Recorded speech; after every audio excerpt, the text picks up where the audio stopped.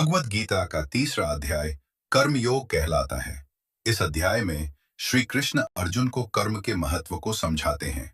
वे बताते हैं कि कर्तव्य का पालन करना ही श्रेष्ठ है और कर्म किए बिना केवल ज्ञान या संन्यास से मुक्ति नहीं मिलती। मुख्य विषय कर्म और ज्ञान का संबंध। श्री कृष्ण कहते हैं कि केवल ज्ञान प्राप्त करके या कर्म त्याग कर कोई सिद्धि प्राप्त नहीं होती, बल्कि निर्लिप्त भाव से कर्म करना आवश्यक है। कर्तव्य पालन का महत्व। प्रत्येक व्यक्ति को अपने स्वधर्म का पालन करना चाहिए, चाहे वह कठिन क्यों ना हो। दूसरों का धर्म अपनाना विनाश का कारण बन सकता है। यज्ञ का सिद्धांत। भगवान बताते हैं कि ब्रह्मा ने सृष्टि की रचना के साथ ही यज्ञ कर्तव्य कर्म का विधान किया। यज्ञ से देवता तृप्त होते हैं और देवता बदले में वर्षा अन्न आदि देते हैं। कर्म करने की प्रेरणा। वे बताते हैं कि महापुरुष भी कर्म करते हैं ताकि सामान्य लोग उनका अनुसरण करें। इसलिए अर्जुन को भी युद्ध करना चाहिए।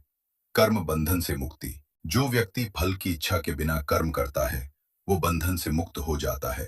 इस प्रकार का कर्म ही कर्म योग कहलाता है। कर्मण्येवाधिकारस्ते मा फलेषु कदाचन। अध्याय 3 श्लोक 47।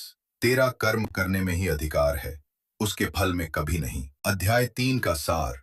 कर्म से भागना नहीं चाहिए, बल्कि कर्म में ही मुक्ति का मार्ग है। निष्काम कर्म, फल की इच्छा त्याग कर किया गया कर्म ही आत्मा को शुद्ध करता है। आत्म कल्याण के लिए और समाज के लिए कर्म करना आवश्यक है।